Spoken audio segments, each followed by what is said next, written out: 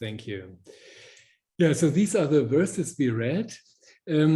Does it make sense, just Yeshayahu, as you are here for the first time, maybe just to introduce ourselves and maybe do what Rav Shabtai said, that you just say one sentence or two sentences, those who already were with us, what is the most interesting aspect of the Samson story so far for you, or the question you struggle with most when you think about this Samson story we have read so far? Just 2 or 3 sentences might be a great idea. And I don't know, Tuvia, would you start? I don't know if you, yeah. I can start introducing myself with a few sentences, but saying something about the Samson story and its complexities, I'm not sure I'm ready or I can, even though I think I did it one on our meetings. I tried to do something more comprehensive.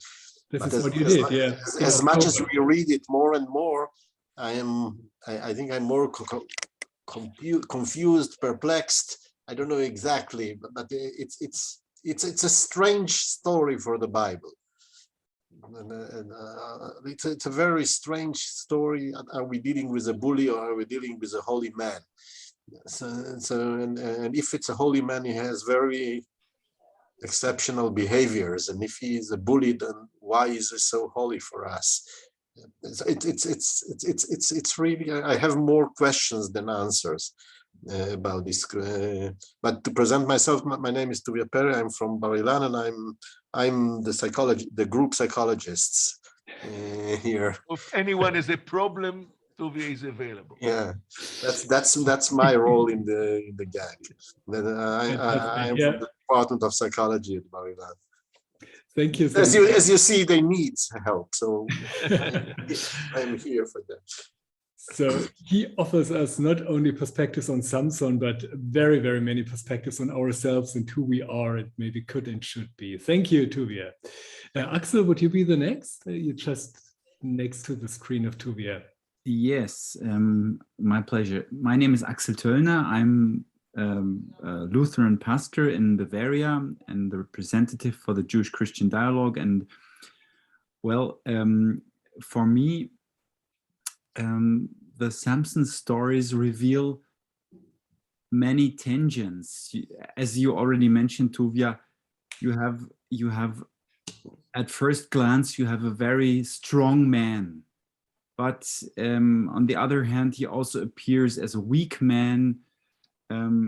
He is supposed to be a holy man and behaves, as you said, in a strange manner. So it's an ironic character, and that's quite interesting. And the more you get into the story, the more levels you can detect. The personality of Samson becomes even more complex than you think in the beginning. That was my impression. Thank you, Axel. Shalom, Meir, great that you're with us now. Actually, we are still in the first round of very briefly introducing ourselves and saying 2 or 3 sentences of how we have read the Samson story so far in your eyes, in your opinion. Daniel, would you be next and open your microphone and say 2 or 3 sentences? Okay, thanks. I'm a more or less former high-tech guy, retired, still doing high-tech things and trying to learn more than I used to do. And just one thing is really, I agree with Tuvia. I was always amazed by the story of Samson. It's a piece of history, right? But why is it in the Bible? So I like to hear more some answer to that. Wonderful question. Yeah. Okay. Rolly, would you say something? Hi, everybody. Rolly Belfer. I am part of the Nitzotzot team. That is Rav Shabtai's Let's Find an Interesting Thing to Do group for the past, I think, 10 years. ever since graduate school. I teach and research history of science, and I also strive, like Daniel said, to try to find new things to learn and new ways to learn them. Great, and you're also our organizer, and in Germany we would say die gute Seele of the program. So thanks a lot for all you do and all your work with us. Wonderful. Barbara. Shalom, I'm Barbara. I work with Axel in Neuendettelsau in Bavaria, but I'm originally from Vienna, and I'm doing my PhD, my doctorate in Old Testament in Vienna. And to the Samson story, I still consider the role of God. Why is he choosing Samson, and what are his plans, what are not his plans, and what is Samson doing because he knows about God, or what is he doing because he wants to do it? Mm-hmm. So again, God's role in the story is one of the big questions surely we have. Thank you so much, Barbara. Great that you are here. Yeshayahu, actually, you are the next on my screen. You don't have to say something about Samson if you don't want to, but of course you are invited to, but say 2 or 3 sentences about yourself.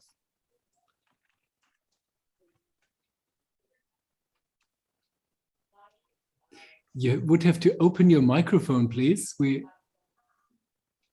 I'm sorry. By profession, I am a microbiologist. I worked for many years at the Israel Ministry of the Environment as an expert on water issues, water quality, water pollution, and in more recent years, I've dealt extensively on the impacts of climate change on Europe in general and Israel in particular. I've cooperated with many experts in Europe on that issue, and recently I've joined the Nitzotzot group, and I'm trying to understand what Judaism has to say about the presumed obligation of people to preserve Earth. Is it really a commandment, a mitzvah, or is it not? What is it? As relates to Shimshon or Samson, the strange thing, in my view, is that the story of the revelation to Manoach and his wife, and obviously his wife is a central figure there, is on one hand, it's on a very high level. There are not too many stories of a revelation, an angel telling people that they'll have a son who will grow up and so on and so forth. There is a story about that with Samuel, but it's far less high than that of Shimshon. On the other hand, and yet Shimshon is not a great figure in terms of spirituality. He's going to marry with a Philistine, and he insists on that, and he changes women. Not all of them are of high merit, particularly. And what's going on there? That's a question I'd like to deal with. Mm-hmm. Thank you so much. Thank you for being here, and thank you for raising this question. Again, the big tension in the story you mentioned at this point. Thank you so much. Thank you. Stella, are you with us? And could you say a sentence? If not, you don't have to. But if yes, it would be great. When you're silent, you're mute. If not, maybe Meir, you could be next. Thank you, Meir Danino. I'm actually in engineering, but retired already, and my connection is to the Bible since I was, I think, 3 years old. In the house, they bought a book of with the illustrations of some Bible scenes, and from then I always sing scenes in my head from the Bible, and connected very much to the Bible studies. And actually, this way I find myself to the group of finding something interesting to do, Mitzotzot of Rabbi Shabtai. And I've been there, I think, 4 or 5 years. Not all the time, but not from the beginning, but I found it very interesting.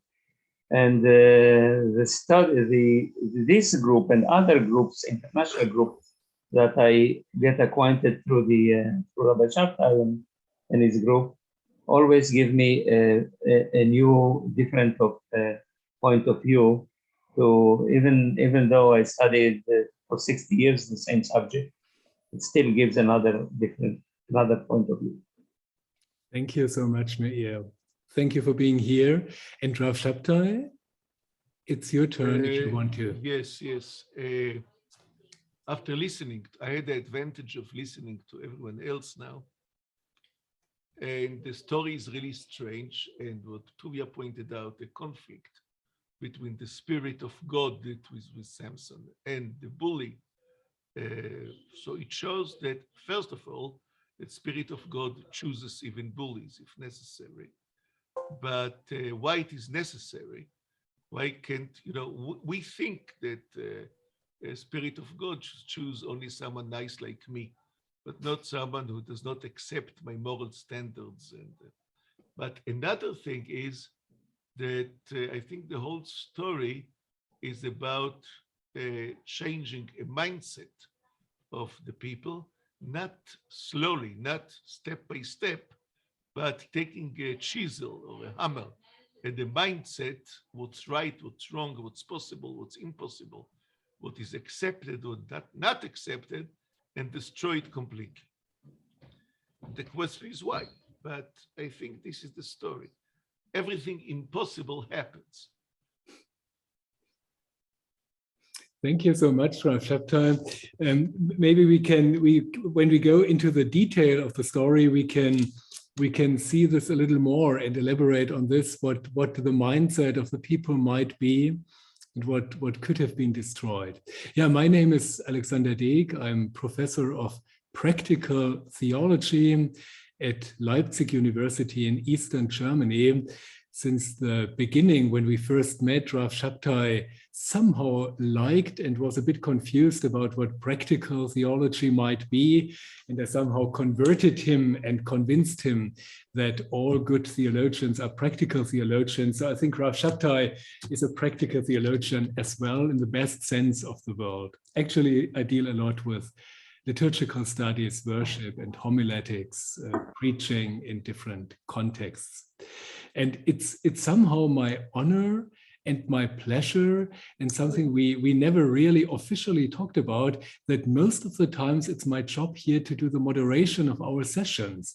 But actually, I'm very, very much convinced that others could do that much better, and I could just be relaxed, sit down and enjoy our reading. Well, maybe next time. But for today, I would love to do the moderation and hope that you accept me to be the moderator of this session. Yeah, and I would suggest that we begin now and read some verses, really jump into the text. I think you all know where we are and what we read. I would try to test a little method after we have read the first verses. Maybe it works, maybe it's not so good, let's see. But first thing would be to read the text. The text, I would suggest to read verses 9 to 13. This is exactly after what we saw, what Samson did with the Philistines. How many did he kill? I'm not so sure. Many of them. Yes, it says later. Yeah, it says later, right. And then something happens that the Philistines came up. Yeah. Okay, but I think we read verses 9 to 13, and I would need someone to do the Hebrew reading, just these verses 9 to 13. Which chapter? Chapter 15. 15. Judges 15. But Yeshayahu, in the chat, you can have the 3 language.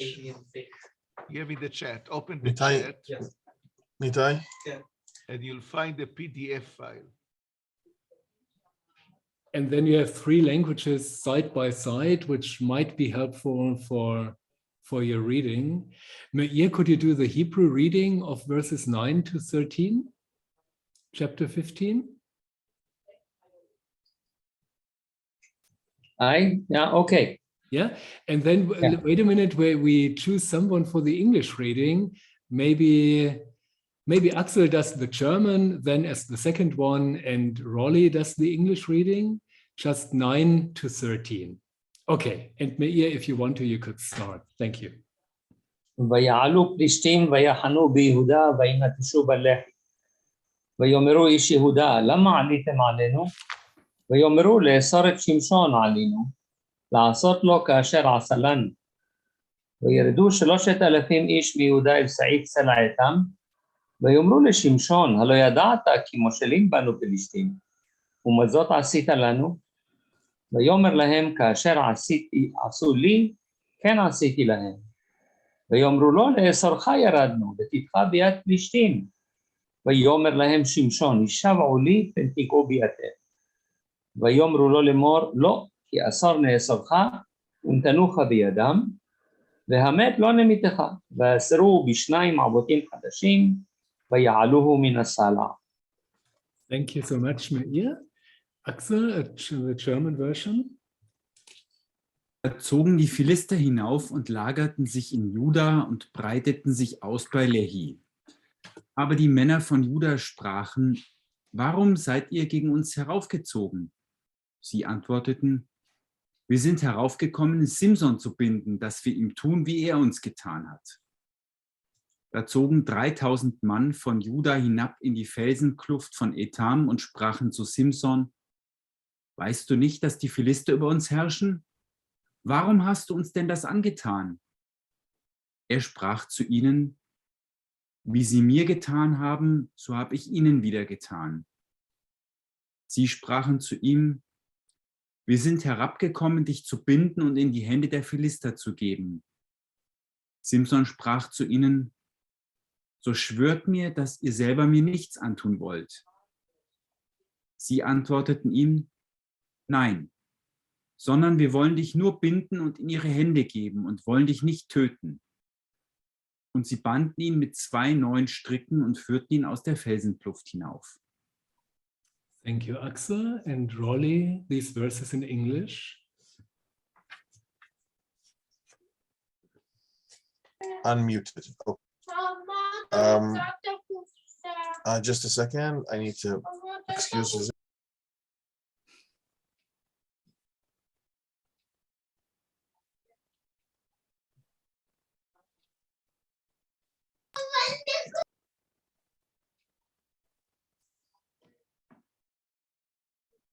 Okay. Then the Philistines came up and encamped in Judah and made a raid on Lehi.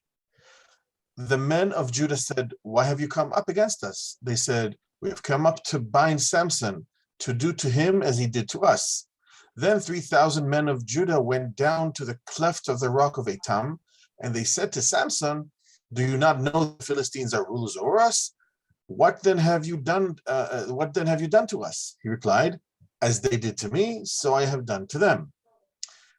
They said to him, we have come down to bind you so that we may give you into the hands of the Philistines. Samson answered them, swear to me that you yourselves will not attack me. They said to him, no, we will only bind you and give you into their hands. We will not kill you. So they bound him with 2 new ropes and brought him up from the rock. Thank you so much. These verses in 3 different languages in order to get into our discussion, I want to try for, let's say, 5 minutes to bring you to this link. There you will find the verses of our story again. And before we enter into direct conversation, I would ask you to do it in a written way. Maybe you just write down which verse is especially interesting for you, which big question you have concerning the wording of these verses, which gap is open for you, where you see something which you don't understand or which you completely understand. So let's just open a written way of talking about the text for, let's say, 5 minutes, and then come to our discussion.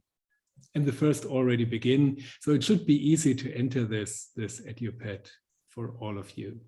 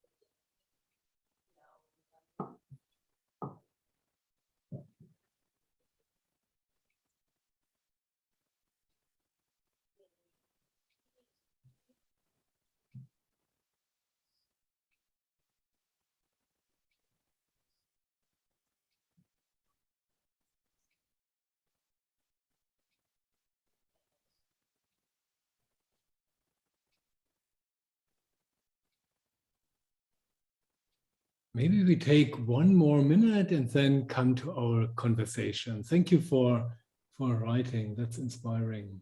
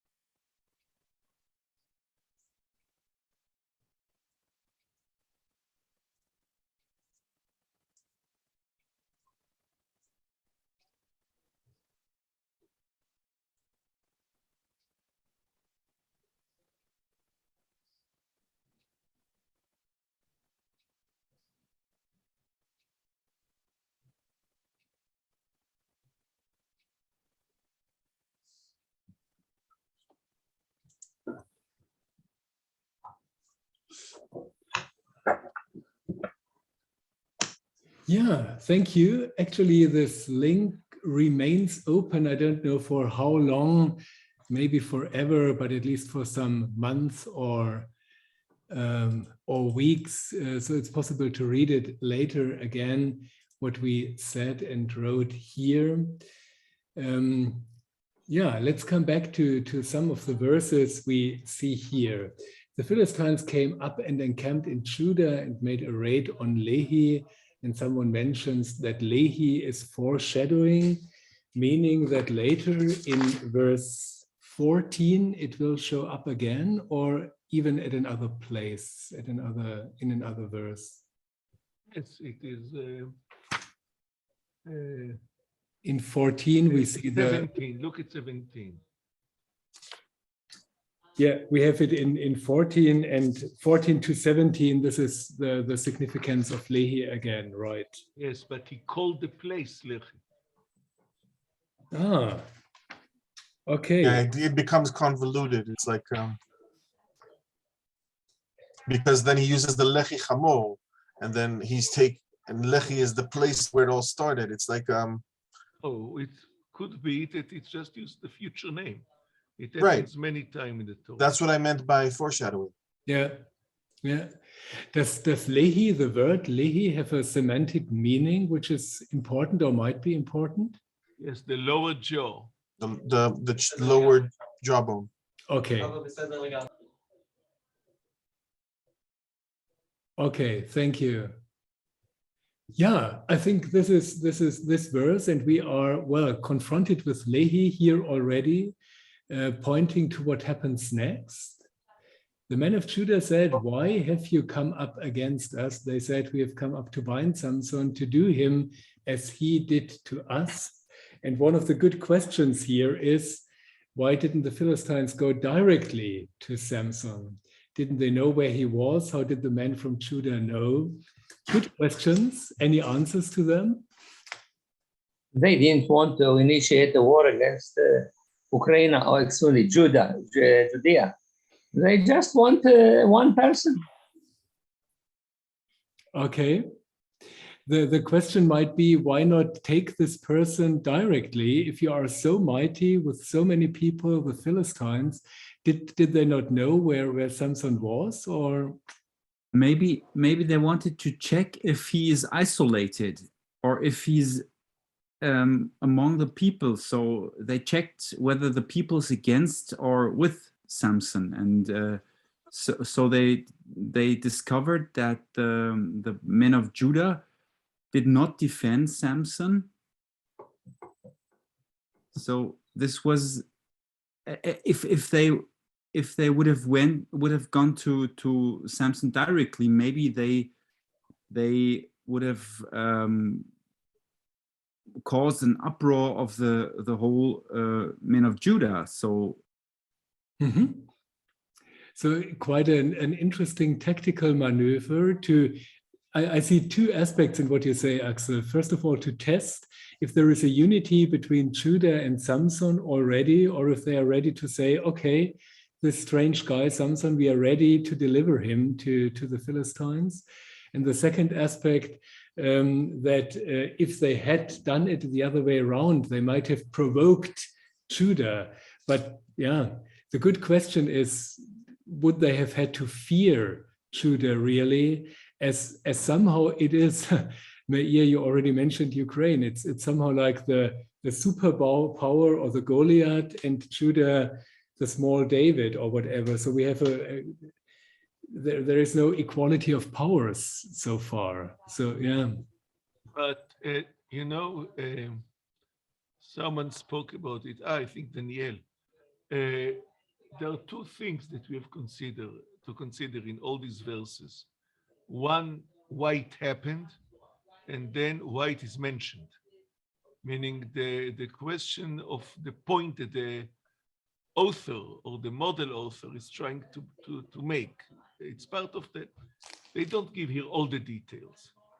So the details that are brought here are the significant details. So the explanations here were why it happened. But there are three verses here that in a story that is quite concise and mysterious.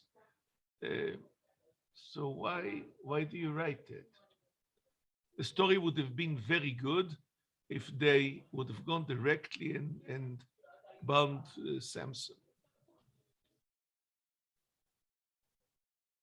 Yeah, but what we learned so far, would you accept maybe Axel's answer that actually Judah and Samson are at least not a unity, but Judah is ready to say, okay, this strange guy, maybe it's better you take him? Yes.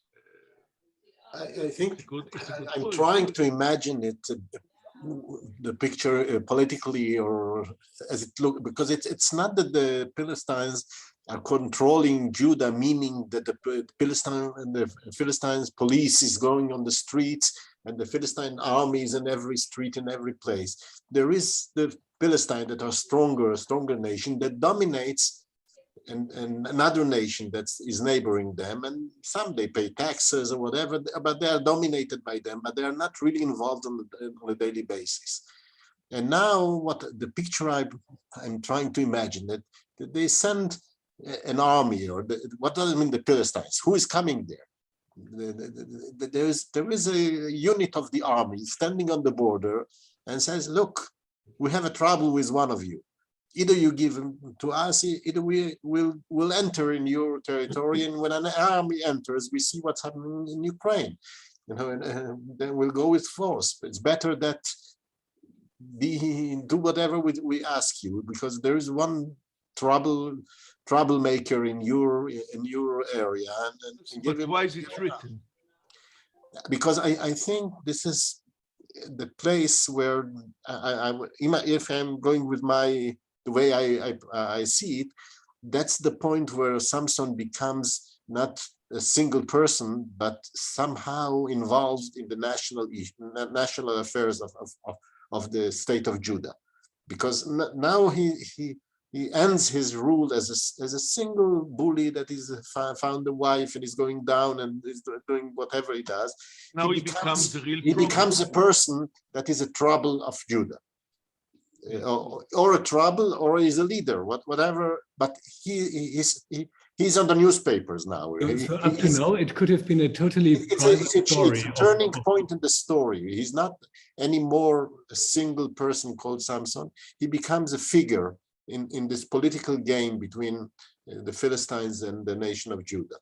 I may add, if in recent history even, you have a troublemaker, and then the troublemaker becomes a leader. So why a nation takes a troublemaker to be a leader? Only because there is a revolution, either a political revolution or even a revolution or a critical change in the mindset that I pointed before. When your prime interest is to live in peace with the Philistines, then Samson is trouble. But something happens here that the whole thing changes. We are not interested in peace with the Philistines anymore. If you look at the first verse that we studied years ago, years ago. When was it? I may be imposing something from real politics from now, but there is a troublemaker in the area of Judah, but he has some support on the streets because he's harming our dominating enemy that is dominating us and is has force over us, and is kind of representing our pride or whatever. So in a way, there is a dilemma inside Judah, because on the one hand, he represents the spirit that is, I suppose that there are people on the streets that are supporting him. Wow, finally there is one brave man that is going to cause some pain to our enemies. On the other hand, you know, the politicals, they say, oh, somehow we managed to deal with the Philistines peacefully. Now he's causing trouble. So there is a tension. The political situation is more complicated because on the one hand, he represents something that the streets are supporting, and on the other hand, the leaders of Judah are worried that he is leading us into trouble, that we can't really cope with it. We can't really fight the Philistines. So I think the story doesn't tell all the picture, but if I'm trying to imagine it, there is a tension behind it. On the newspapers, there is a tension whether to support Samson or whether he is somebody to think bad things about it. But at the very beginning, concerning the plain verses here, between verse 10 and 11, there is at least no reflection of the people of Judah. They don't have to reflect, should we really do that? Shouldn't we do that? No attempt to negotiate. Well, really, do you want to have him, or should we just talk with him? Nothing we learn here, but directly, without any word, they are ready to go and bind him and deliver him to the Philistines, right? So there may be a tension in behind, but from the text, we don't see anything about it. But you see that they are coming with 3,000 people, you know, that this is, on the one hand, Ishi Yehuda is speaking to the Philistines, but then they are going to Samson with, why 3,000 people there? Good question. So they could be, it could be, you know, this is kind of, there is more that happens there than is written. That's what I feel. It's only part of the story. Yeah. Look at chapter 13, verse 1. I think this is the main item. Chapter 13, verse 1? 13, 13, Yud Gimel. Chapter 13, verse 1. When Tuvia says, and I'm sure people of Judah thought that they cannot beat the Philistines. And we saw the story of Gideon. And he asked, where is God? How come he lets the Midianites attack us? And then there is a dream, if you remember, that the Midianites are a tent of paper, or how do you call it? A tiger, of paper tiger. And here, in verse 1, I think it's a matter, if you do evil and God delivered them into the hand of the Philistines, how? What did the Philistines have to do in order to... So the Midianites came with tremendous force, but all these people can escape very nicely, can run away very nicely. What about the Philistines? So I think it's all a matter of what I said before, mindset. If you do the evil in the eyes of God, then God breaks your spirit.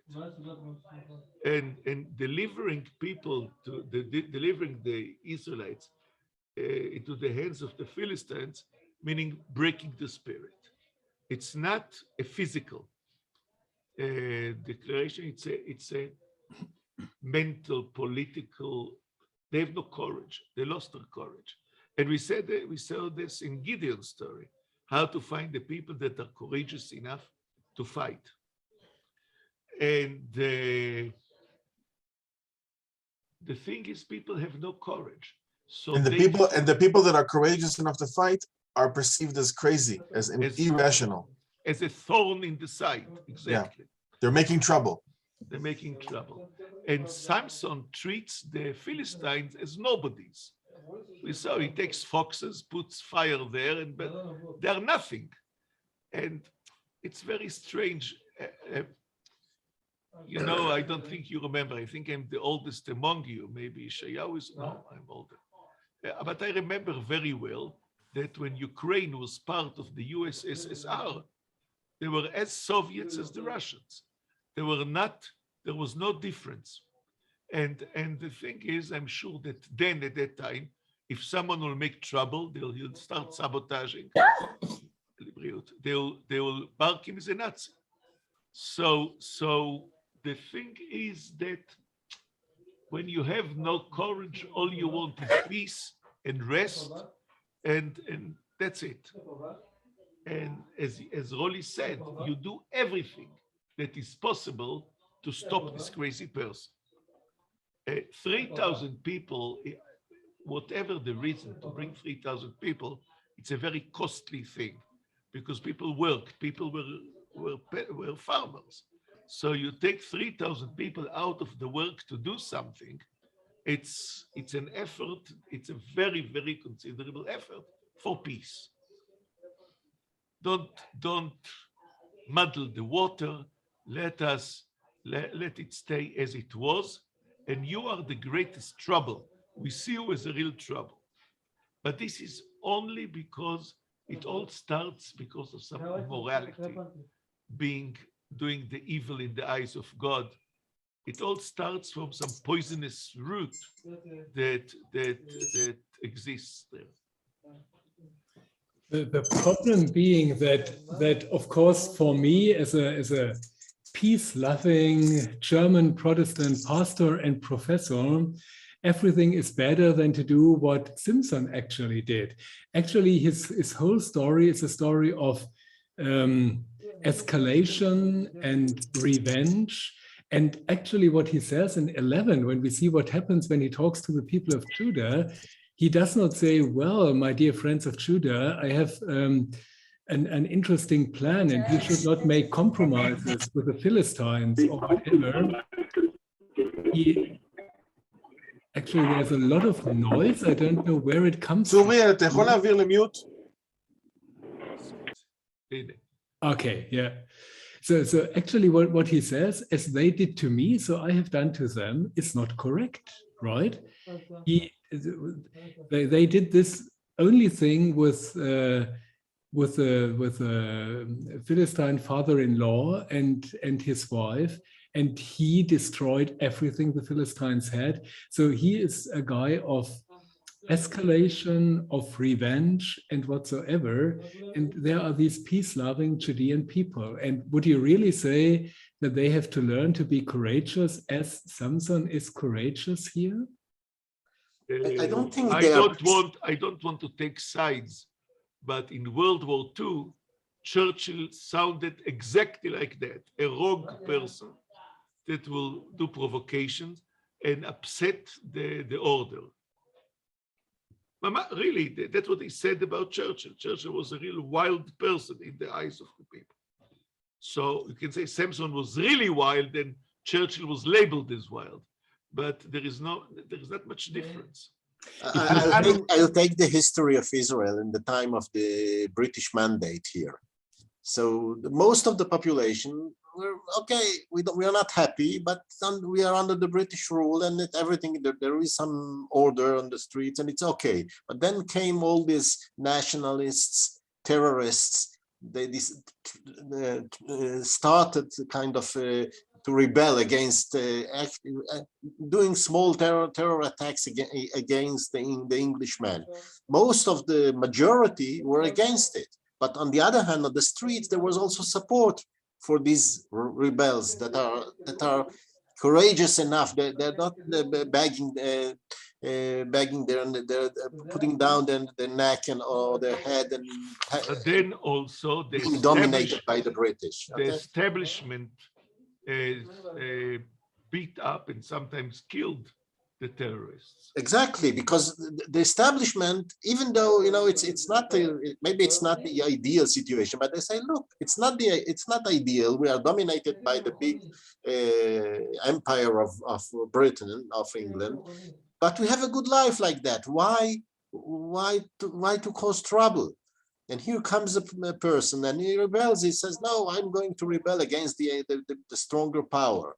So on the one hand, he causes trouble and they want to give him in. On the other hand, he has support on the streets because he represents something of the free spirit of the nation. That's actually, Tuvia, it would help me a lot if the Samson had a political idea from the very beginning, some idea of let's free the people of Judah from this Philistine oppression. Usually these people, they don't have such a sophisticated vision. They just want to be free and they don't care about anything. I But don't does think so. Samson want to I don't free- think so. Samson just thinks that the Philistines are nothing. They're not power. You don't treat them as powerful. They're one big thing of zero.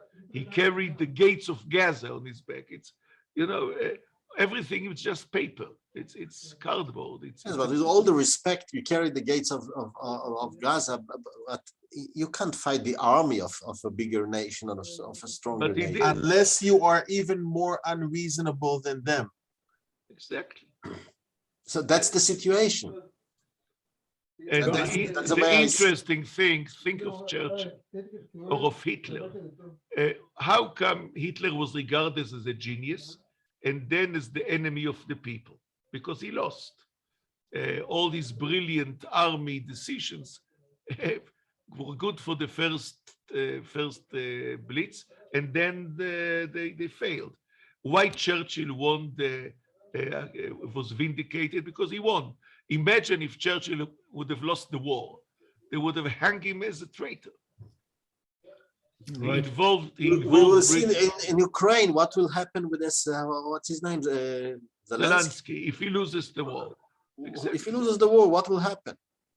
How will it be perceived or written in the history books? But Samson, the most interesting thing is that Samson lost the war.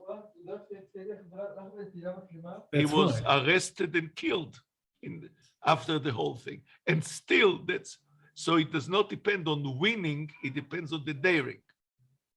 It's not the winning that counts. But the interesting thing for me is that all these interpretations in the political context, they are paradox insofar as Samson has no political idea from the very beginning. All what he does is completely personal. He takes revenge, okay, and I agree, Rav Shabtai, what he might show his people is don't take the Philistines serious. They are nothing. This is what you said, and that's interesting to me. So he makes them easy. He reduces their weight or whatever. But all what he does is he has no political plan at all, but just a very, very private way of dealing with things.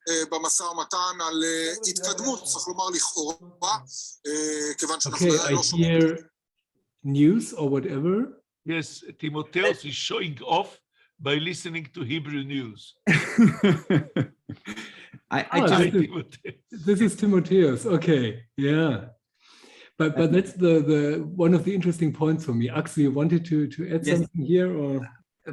I was thinking about the 3,000 men again, and maybe, as you said, this was a costly thing, Rav Shabtai, and maybe they all gathered and went down to listen if Samson has a political agenda which might free them, for example. So if they would have found a charismatic leader to lead them into a revolt against the Philistines. So, I mean, 3,000 men are this is quite a force. I mean, so maybe they want to provoke him and say, okay, why did you do this to us? So if Samson would have answered, I did this to encourage you so now let's fight the Philistines. But Right. as you said, Alexander, he only had a personal agenda. Right. And he is absolutely no political leader at that point. He has nothing to say to the people of Judah. He has no message at all. He has not a prophetic figure who would have to say or to encourage his people. Now you are 3,000. Now let's go together. Let's fight them. I have proven that even I, as a single one, can do something, can harm the Philistines. So what can we do all together? So as a homiletician, I could easily compose a sermon Simson could have delivered to the people of Judah now, and they could have made something. Nothing. There was a homiletic, beautiful sermon. I wondered that you did not find it, but it's later. It comes later. There is a beautiful short sermon that people have no chance to fall asleep. It is in verse 16. This is the shortest sermon in the Bible. One of there are quite a lot of effective short sermons, you know. The Yes. prophet Jonah, for example, also delivers a very, very short sermon, and it's very effective. It was very effective, yes. Yeah. But look at verse 16. How do we see that it's effective? You see, he says, all I needed was a jaw of a donkey, of an ass. And then all of a sudden, I think he gets the power to give the place a name. So there is a Right. tremendous change. He's not a wrong someone that has to be interned to a psychiatric ward or thrown to jail. Now he assumes authority. I think what we really might learn in these verses, which are absolutely strange in my eyes, is, well, the shift from a private dimension of the Samson Philistine story to a political dimension. This is what we see. So when we talk about the creation of a political leader, actually somehow, paradoxically maybe, this happens in these verses from verse 9 to the end of this chapter. Maybe it's worthwhile, as we don't have so much time, just to continue and read the rest of the verses as well, and then continue our discussion on them, just to have them before our eyes more clearly, and then we might be able to find some more aspects of this thing. So we ended in 13, but maybe it's worthwhile to continue and read the rest of this chapter 14 to 20. Could we continue with the same perfect people to read? Meir, Axel, and Rolly. Meir, would you finish the chapter in Hebrew, 14 to the end, Axel in German, and Rolly in Hebrew, in English. Sorry. ובעד לחי ופלישתים הריעו לקראתו, ותצלח עליו רוח אדוני, ותהיינה עבותים אשר על זרועותיו, כפלישתים אשר בערו באש, וימסו אסוריו מעל ידיו. וימצא לחי חמור טריה, וישלח ידו ויקחיה, ויחבא 1,000 איש. ויאמר שמשון, בלחי החמור, חמורתיים, בלחי החמור הכיתי 1,000 איש. ויהי ככלותו לדבר, וישלך הלחי מידו, ויקרא למקום ההוא רמת לחי. ויצמא מאוד, ויקרא אל אדוני ויאמר, אתה נתת ביד ידך את התשועה הגדולה הזאת, ועתה אמות בצמא ונפלתי ביד הערלים, ויבקע אלוהים את המכתש אשר בלחי, ויצאו ממנו מים, וישת, ותשוב רוחו ויחי. על כן קרא שמה עין הקורא אשר בלחי עד היום הזה. וישפוט את ישראל מימי פלישתים 20 שנה. Thank you so much. Let's listen to the German version. Und als er nach Lechi kam, jauchzten die Philister ihm entgegen. Aber der Geist des Herrn geriet über ihn, und die Stricke an seinen Armen wurden wie Fäden, die das Feuer versengt hat, sodass die Fesseln an seinen Händen zerschmolzen. Und er fand einen frischen Eselskinnbarten. Da streckte er seine Hand aus und nahm ihn und erschlug damit 1000 Mann. Und Simson sprach, mit eines Esels Kinnbacken habe ich sie über den Haufen geworfen, mit eines Esels Kinnbacken habe ich 1000 Mann erschlagen. Und als er das gesagt hatte, warf er den Kinnbacken aus seiner Hand und man nannte die Stätte Ramat Lechi. Als ihn aber sehr dürstete, rief er den Herrn an und sprach, du hast solch großen Sieg gegeben durch die Hand deines Knechts. Nun aber muss ich vor Durst sterben und in die Hände der Unbeschnittenen fallen. Da spaltete Gott die Höhlung im Kinnbacken, das Wasser herausfloss. Und als er trank, kehrte sein Geist zurück und er lebte wieder auf. Darum heißt der Ort Quelle des Rufenden. Die ist in Lechi bis auf den heutigen Tag. Und er richtete Israel zu den Zeiten der Philister 20 Jahre. Thank you. And in English, finally.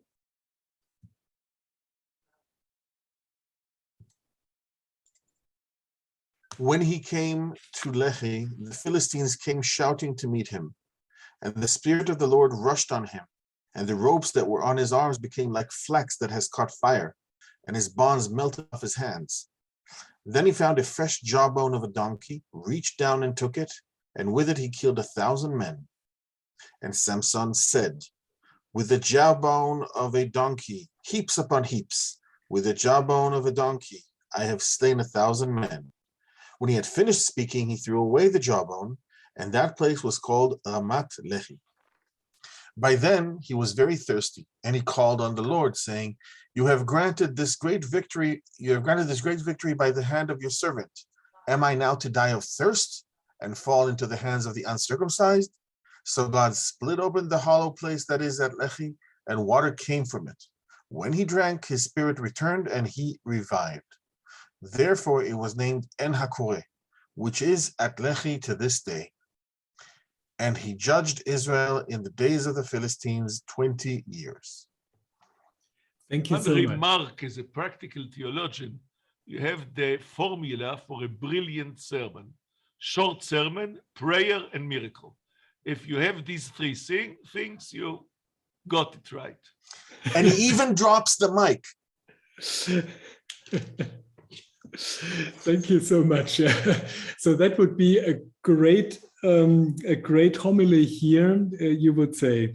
What struck me in verse 14 is, of course, that now another actor enters the scene, the Spirit of the Lord. Again, the Spirit of the Lord somehow appears here. And well, and this is what happens. So the God directly intervenes in this story. And it's not only the story of Judah and the Philistines and Samson and his personal story, but it's a lot more at this point.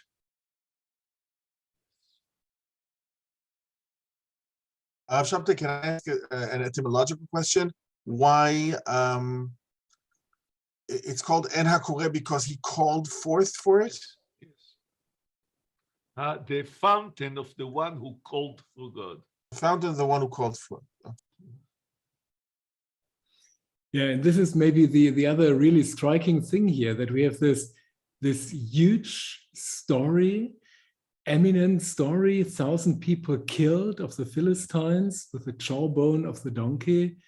And we have the story of a thirsty Samson. We have this huge wonder, the interfering of the Spirit of the Lord. And then the Bible tells us about this very, very personal well-being of this Samson. So it's really a very, very strange interaction in this chapter. 3,000 men of Judah, they deliver him. The Spirit intervenes. This huge killing of 1,000 Philistines, and then he is thirsty. That's if you had to plot a movie, you would never do that like this. It's amazing. But that's exactly the turning point. That's the point where Samson becomes a leader. Until then, he was a private man with private troublemaking and whatever you want. Here, the Spirit of God intervenes and he becomes a leader. And then everything that follows is the story of the emergence of a leader. And what would you say? And he ends up ruling the nation, the Judah for 20 years. He's the Shofet for 20 years. So here is the turning point. And what would you say is exactly the turning point? When at which point would you see the turning point? But it's Lach Ruach Hashem. When that's what the story tells. But at that point, suddenly God gives him the spirit and the power to fight and kill the Philistines, and to become a power that can stand. And maybe all these 3,000 people are now behind him, threatening the Philistines. It's the end of your domination upon us. Something about symbolism, that in such an arid place as Judea, the miracle of water, or the desert hitting someplace and makes it split and bringing water, is a tremendous miracle. It is from its practical value, and the thing in an arid place, all of a sudden you get water. It was it's like Moses. Yeah, twice in the desert, but before that in Genesis with Hagar, twice with her. So it's something very, very that lives in the tradition of the nation very vividly. So if he does it, he's no less than Moses. And actually he does not so very much, but it just happens. Moses at least had to hit a rock and the water came out, and here it just happens from God directly. He prayed. Yeah. I think it's like him with Hagar. I think what makes him a leader is understanding that his sermon is rubbish. Because in his sermon, he says, I killed 1,000 people, me, Samson the greatest. And then God tells him, be modest, you need water and air and whatever you need. And without that, you are nothing. And when he understands that he is nothing and he must call for God, that's the biblical traditional reading. Beautiful. But that's fantastic. That's a real discovery for me at this point. Then he loses this I did it, and he gets in a modest role towards God. Wonderful. Thank you. And if you compare him to Moses, Moses has the wand of God in his hand, and he has the jawbone of a donkey. I think it's a beautifully put if you put the two stories together. The jawbone of the donkey is something which is, no way comparable to the wand of God. Yeah. Like a joke almost. But actually, how would you read the symbol that the jawbone here is used twice? One to kill the Philistines, and then this pastoral, idyllic picture of water coming out. That's really two amazingly different sides of what you could do with a jawbone, right? Like Moses with the wand. I would say it symbolizes it enables life. I mean, you have on the one hand you have freedom, and on the other hand you have water. I mean, these are the basic sources to enable life. So maybe this was, I mean, jawbone is rather surprising, but well. I don't think the jawbone, the water came after jawbone. The jawbone is a name. I think Lehi sounds like a big rock or something. It's a well-known rock or something that is also looks like a bone or something. And now it's combined with the story. So Samson uses it because the name of the place is Lehi. Was there before the story with the Lehi of the donkey, with the jawbone of the donkey. So the place was called Lehi because of some kind of a big rock or something. And then Samson added to it, to the name the rock, he added to it the story with the jawbone of the donkey. So I mean, water that's doesn't come out of the interesting. jawbone. I think, Tuvia, we have one interesting observation when you see the translations here. We have a double meaning, and the translations are not the same. You have in Hebrew, et hamachtesh asher balechi, and then you have the English, it's the hollow place that is at Lechi. So Lechi could be the place. And Exactly. we are in our German version. There we see die Höhlung im Kinnbacken. So it's the hole which is in the jawbone, which could be there in the text as well. Et hamachtesh asher balechi. So this was my picture. I really come from the German text that it's the same jawbone, which is used once for killing the Philistines. And out of it, that's the German translation, the water comes. So it's not the Hebrew to place. say hamachtesh asher balechi, meaning Here the it's jawbone. Timotheus will bear me out that grammatically Luther is right, because when you have a private name, you don't say the. You don't say the Alexander. You can say Alexander the Great, but you don't say the Alexander. You put in the only near general things, not in names of places or people. So you never call Har Sinai, Har Sinai, or Ha Yerushalayim. It's not acceptable. So if Lechi is the place, so the Hamachtesh Asher Ba Lechi, making it as a noun like the Lechi. So the applies more to the jawbone than the place. Am I right, Timotheus? As far as I could follow, I agree with you. Yeah. So at least the Masoretic punctation made it clear that it's the jawbone, right? Right. It seems so, yes. Yeah, because otherwise it could be the place as well. But here, at least we have this ambiguity, I would say, in the Hebrew text without the vowel punctations. We have this ambiguity. Is it belechi or balechi? But if it is balechi, I would say that Luther is correct. Yeah. I don't think so.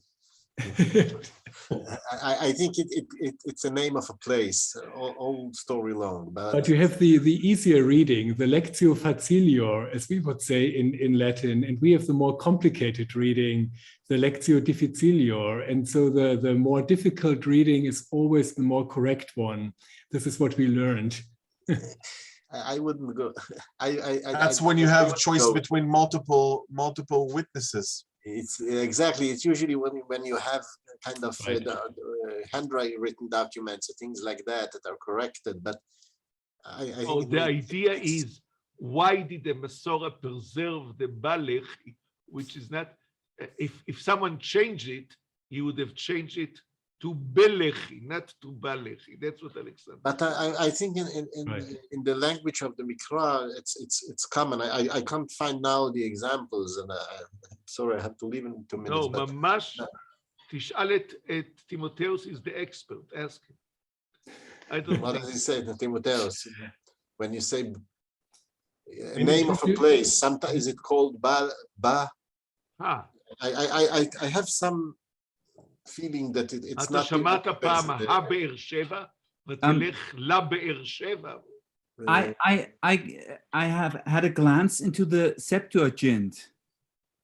The Septuagint also translates jawbone. Really? Yes. Siagonos. Wow. So it's not the name of the place, but it's the name of the jawbone. Actually, Tuvia, what I like with this jawbone is really that this symbol becomes ambiguous, and that it's one for the Philistines. Maybe it's the solution Axel gave us, that both are somehow signs of God's way of being with the people in this strange symbol of the jawbone, freeing from the Philistines and giving water, which makes it substantial. This is why I like it. I don't know if I'm under the effect of something, but Lechi means a kind of a type of a rock, but maybe I read it once as an interpretation, and this is kind of my imagination why it's called Lehi as a place, but I don't have the time now to look into it. You'll both need to explain. Al ken kara shma ein hakore asher balechi. It complicates things for both It's in a sides. place, right? It's a play, yeah, but it's not. Yeah, I don't know. Ein hakore asher balechi. Ein hakore, that's in the rock. That's the way I read it. But No. But actually, Yeshayahu, wouldn't you say that both readings really work with this? Actually, Ein HaKoreh Asher Belechi or Balechi. So in my reading, it would be, which is in the jawbone. And in your reading, it could be, it is in the place. what, you name a place in the jawbone? It doesn't make sense. No. This is the name. If you had quotation marks, the name is Ein HaKoreh Asher Balechi. But it's what is Balechi? If it's a name of a place. No, like Jacob calls the altar Hashem. Ein HaKoreh Asher Balechi. You said the name is all the 4 words of the name. Yes. Yeah. He calls that's it another after reason. Wow. like Jacob does, like Vayikra Shmo, like Moses does. So Tuvia, it's not a place. Here, it denotes not a place, but an event. Water which flowed out of the jawbone. And Right. I see. I can see it's possible. I don't know. And if you see the Ammim, the Simanei Pisuk, this is so that Balechi is the stop, meaning that it's for the Enak Vayikra. They called its name Ein HaKoreh Asher Balechi. That's right. But that's really fascinating. I think that the other reading might be possible as well, but I like this somehow more complicated reading a lot because it gives the symbol more meaning, and it's not just the name of the place, and then it becomes easier. Yeah. Actually, we are quite late in our time. Are there any more observations, questions to this point? Homiletically speaking, I really liked Meir's reading of this combination of killing the Philistines and this thirsty Samson a lot. Samson really had to realize what God does in this whole story, which he has never done before. So maybe this is the interpretation, or are there others around? We should never stop with only one interpretation, actually, but this is a very, very beautiful one, I think. I looked briefly in the traditional interpretation, and you find both of them. The lechi is the rock, and as the bone, the jawbone itself, in the Metzudot. But I'm sorry, I have to have somebody's coming in for a meeting. So thank you for being with us, Tuvia, again. Thank you. It's my pleasure, but I must sanction you for using Mefarshim. No, but I just want. I couldn't stand it, Look where I'm. That's why he's being kicked out. I'm sorry. Thank you so much. Thank you. At this point, As usual, it was a pleasure. Thank you, Tuvia. See you. All the best. Alexander, before we send the people away, we have to decide whether we go on with Samson's story or we're doing something else. I think for the moment, as we did some Samson reading of the other chapters already, we could jump to something else for the next time. That would be my idea. Of course, for you, Yeshayahu, you just had this reading now of these few verses, but I think it's worthwhile jumping to another text for our next reading, which could be in about 4 weeks again. Would that be? Yes, no problem. Excellent. Or Today is the first. Excellent. 4 weeks for us. As far as the Jewish calendar is concerned, it's perfect. What would that mean? What could be a possible day? It's 2 weeks before Passover, so it's good. Otherwise, it'll hit Passover. And, so, are we talking about March 31st?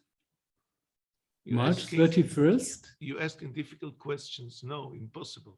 4 weeks from now. We have March 4 3rd. weeks.